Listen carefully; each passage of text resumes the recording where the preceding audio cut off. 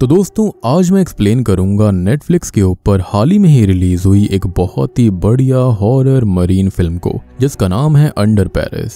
ये मूवी अभी top 10 trending में चल रही है। इनफैक्ट ये ग्लोबल ट्रेंडिंग फिल्म है। उम्मीद करता हूँ कि आपको ये मजेदार लगेगी।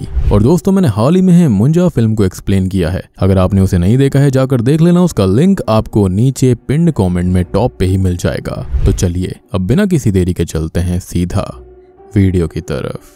कहानी की शुरुआत होती है सोफिया नाम की एक शार्क रिसर्चर को दिखाते हुए, जो कि अपनी टीम के साथ पैसिफिक ओशन में लिलिथ नाम की एक शार्क को ट्रैक कर रही थी। सोफिया और उसकी टीम कुछ महीने पहले से ही लिलिथ को ट्रैक कर रहे थे और इस वक्त ये इसी सोच में होते हैं कि कब लिलिथ वापस इनके रेडार में आएगी और ये उसका सैंपल लेकर उसके ऊपर रिसर्च कर पाएंगे। खैर तभी इन्हें ऐसे सिग्नल्स मिलने लगते हैं कि वो शार्क इनके एरिया में आ रही है, जिसके बाद टीम के 4 मेंबर, जिसके अंदर सोफिया का हस्बैंड भी था, वो सभी ओशन में डाइव करते हैं और वहीं पर वो लिलिथ को ढूंढने लगते हैं। जिस दौरान उनको स्पर्म वेल का एक बेबी दिखाई देता है, जो कि हालांकि बेबी तो था लेकिन हद से ज्यादा बड़ा था और एक एडल्ट मेल जो होता है ना, उसका वजन 41,000 किलो तक का हो सकता था। अब इसके अंदर डरावनी बात यह होती है कि वो वेल मरी हुई थी और उसका लगभग आधा शरीर गायब था। अब इससे पहले कि ये सभी उस वेल मर्डरर के बारे में सोचते कि तभी इनके सामने वो मर्डरर सीधे आ जाता है। इनके सामने लिलिथ शार्क आ गई थी, जिसको देखते ही सभी डर जाते हैं, क्योंकि पिछली बार जब इन्होंने 2 महीने पहले लिलिथ को एग्जामिन किया था तब वो खाली 2.5 मीटर की थी और अब वो लगभग 7 मीटर की हो चुकी है। बस 2 महीने में वो लगभग 3 गुना बड़ी हो गई।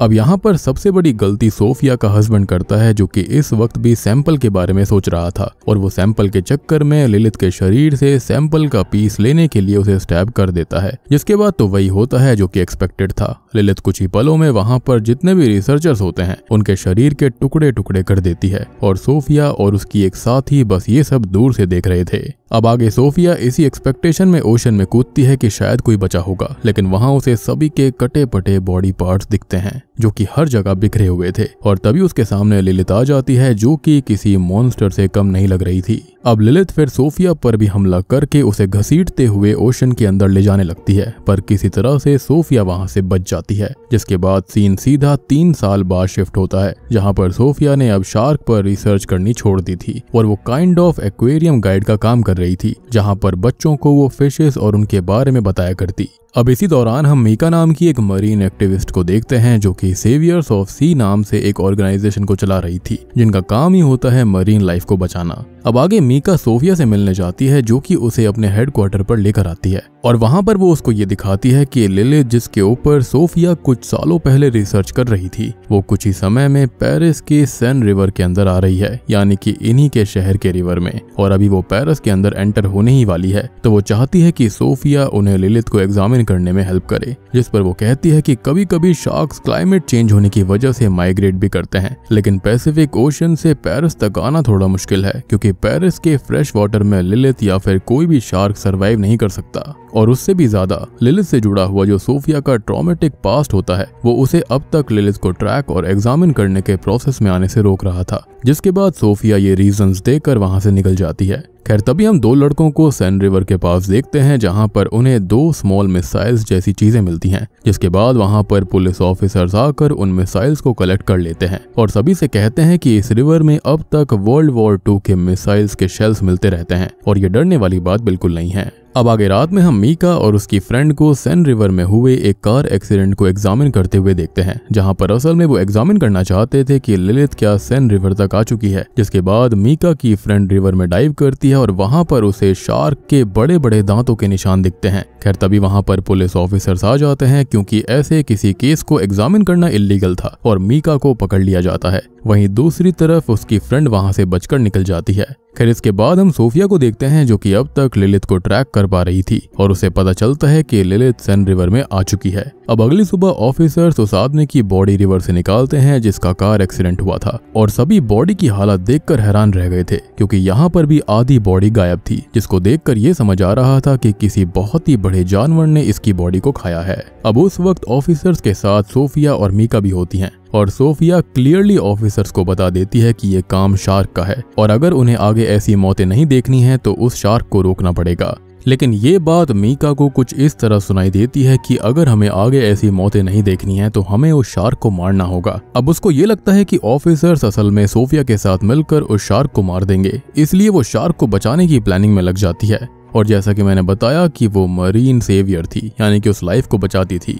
यहाँ पर सोच कर देखो कि एक शार्क लोगों को मार रही है लेकिन उसे शार्क को बचाना है, और मुझे लगता है कि इसकी मौत तो सबसे पहले होनी चाहिए। खैर अब उसी रात ऑफिसर एडियल अपनी टीम के साथ सोफिया को लेकर सेन रिवर में आता है, जहां पर वो डाइव करके लिलिथ शार्क को पकड़ने के बारे में सोच रहे थे, जिसमें सोफिया उन्हें लिलिथ को ट्रैक करने में हेल्प करती है। अब सब कुछ सही चल रहा होता है और सभी लिलिथ को देखने ही वाले थे कि तभी मीका अपनी फ्रेंड की हेल्प से सोफिया के ट्रैकर के सिग्नल को जैम कर देती है, जिससे कि वो लिलिथ को ट्रैक नहीं कर पाते। और इससे होता यह है कि डाइव किए हुए ऑफिसर्स की जान पर बहुत बड़ा खतरा आ गया था। हालांकि लिलिथ का उस रात पेट भरा होता है और वो दूसरे रूट से चली जाती है, जिससे कि डाइव किए हुए ऑफिसर्स बच जाते हैं। अब ये काफी सीरियस कंडीशन थी जहां पर पेरिस के नीचे एक मॉन्स्टर शार्क घूम रही थी, इसलिए ऑफिसर्स ये बात मेयर के पास लेकर जाते हैं, जहां पर मेयर उनको कहती है कि किसी भी तरह उस शार्क को रोकना पड़ेगा, क्योंकि जल्दी ही सेन रिवर में एक स्विमिंग इवेंट होने वाला है और वो किसी भी तरह उस इवेंट को कैंसिल करना अफोर्ड नहीं कर सकती। अब इसके बाद ऑफिसर्स लिलिथ को रोकने के बारे में सोचने लगते हैं और उसी दौरान मीका को दिखाया जाता है, जो कि एक वीडियो बनाकर उसे सीक्रेटली काफी सारे मरीन एक्टिविस्ट में फैला देती है, जिसमें वो लिलिथ शार्क के बारे में बताते हुए कहती है कि गवर्नमेंट ऐसी शार्क्स को मारना चाहती है और हमें इसके खिलाफ आगे आना पड़ेगा और हमें इनकी जान बचानी होगी, चाहे ये शार्क्स हम लोगों को क्यों ना खा जाएं। और इसलिए वो कहती है कि आज रात हमें पेरिस के कैटाकॉम्स के अंदर आना पड़ेगा। अब ये कैटाकॉम क्या है इसके बारे में मैं आपको जल्दी बताऊंगा। अब मीका का ये प्लान पूरा सक्सेसफुल हो जाता है, लेकिन उससे पहले ही उसकी फ्रेंड पुलिस ऑफिसर्स के पास चली जाती है और उन्हें इस सीक्रेट प्लान के बारे में बता देती है, जहां पर उनको पता चलता है कि शार्क इस वक्त पेरिस कैटाकॉम के अंदर ही है। पेरिस का कैटाकॉम पेरिस के अंदर फैला हुआ अंडरग्राउंड टनल है, जो कि तब बनाया गया था जब पेरिस सिटी बन रही थी और ये पूरे पेरिस में फैला हुआ था।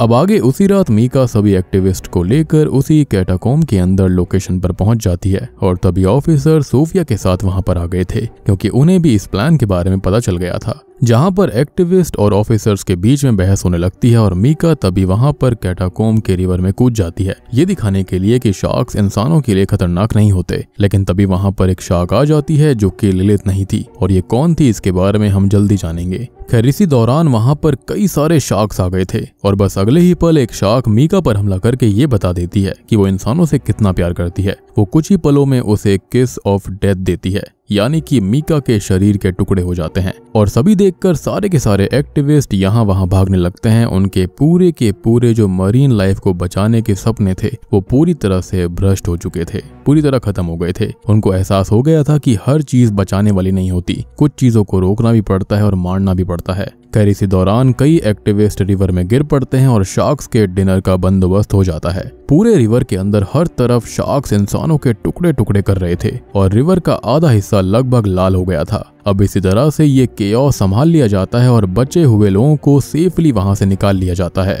जिस दौरान एक शार्क को भी मार दिया गया था, जिसको आगे सोफिया एग्जामिन करती है। उस शार्क को एग्जामिन करने से सोफिया को पता चलता है कि ये शार्क एक फीमेल है जो कि लगभग 2 महीने की है और ये प्रेग्नेंट भी है और इसके पेट में ढेरों बेबी शार्क्स हैं, जो कि ये बताता है कि ये शार्क असल में पैथोजेनेसिस प्रोसेस के जरिए बच्चे पैदा कर रही है, जिसके अंदर मेल शार्क की जरूरत नहीं पड़ती और फीमेल शार्क खुद के अंदर ही बेबी शार्क्स को रिप्रोड्यूस कर सकती है, वो भी बहुत ही छोटी उम्र में, जो कि बहुत ही ज्यादा डरावनी बात है क्योंकि इससे इनकी पॉपुलेशन कुछ ही समय में बहुत ही ज्यादा बढ़ सकती है। वहाँ उसको ये भी पता चलता है कि ये शार्क लिलिथ की ही बेटी है और इन शार्क्स के अंदर ऐसी एबिलिटी आ चुकी है कि ये फ्रेश वाटर के अंदर भी सर्वाइव कर सकते हैं। ये एबिलिटी इन्हें अपनी माँ लिलिथ से ही मिली है, जिसने क्लाइमेट के टफ कंडीशंस को झेलते हुए फ्रेश वाटर में रहना सीख लिया।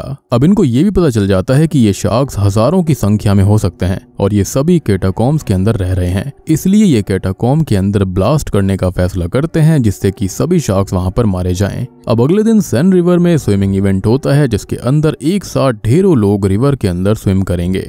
अगर ये बात थोड़ी बहुत बाहर आ जाती तो लोग वहां पर आते ही नहीं और ये भी समझ में नहीं आ रहा था कि स्विमिंग करना इतना जरूरी क्यों था। हालांकि मेयर को इस बात का पता होता है कि रिवर के अंदर शार्क्स के आने का खतरा है, लेकिन वो इवेंट को कैंसिल नहीं करती, इसलिए वो ढेरों ऑफिसर्स और वेल ट्रेन्ड स्पेशल ऑफिसर्स को निगरानी पर लगा देती है, जहां पर रिवर के एक पॉइंट पर एक बड़ा सा नेट बांध दिया जाता है, जिससे कि अगर कोई शार्क आए भी तो वो वहीं पर फंस जाए। दूसरी तरफ एडियल बाकी ऑफिसर्स और सोफिया के साथ कैटाकॉम के अंदर मेन स्पॉट्स को ब्लास्ट करने का प्लान बना रहा था, जहां पर सभी एक साथ डाइव करते हैं और अपनी अपनी पोजीशन पर चले जाते हैं। एडियल और सोफिया एक साथ थे और वो भी अपनी पोजीशन पर पहुंच जाते हैं, जहां पर हमें मूवी का सबसे डरावना सीन दिखता है, जहां पर रिवर की गहराई में अंधेरा था और एडियल एक टॉर्च जलाता है, जिसके अगले ही पल उसे अपने चारों तरफ हजारों में बेबी शार्क्स घूमती हुई दिखाई देती हैं, जो कि थे तो बेबी शार्क्स ही, लेकिन वो इतने ताकतवर जरूर थे कि वो किसी भी इंसान के टुकड़े टुकड़े कर दे। जैसा कि मैंने आपको शुरुआत में बताया भी था कि जो लिलिथ थी वो बहुत ही कम समय में बहुत ही ज्यादा बड़ी हो गई थी, तो यहाँ पर ये जो बच्चे थे ये भी अपने नॉर्मल उससे काफी ज्यादा बड़े थे।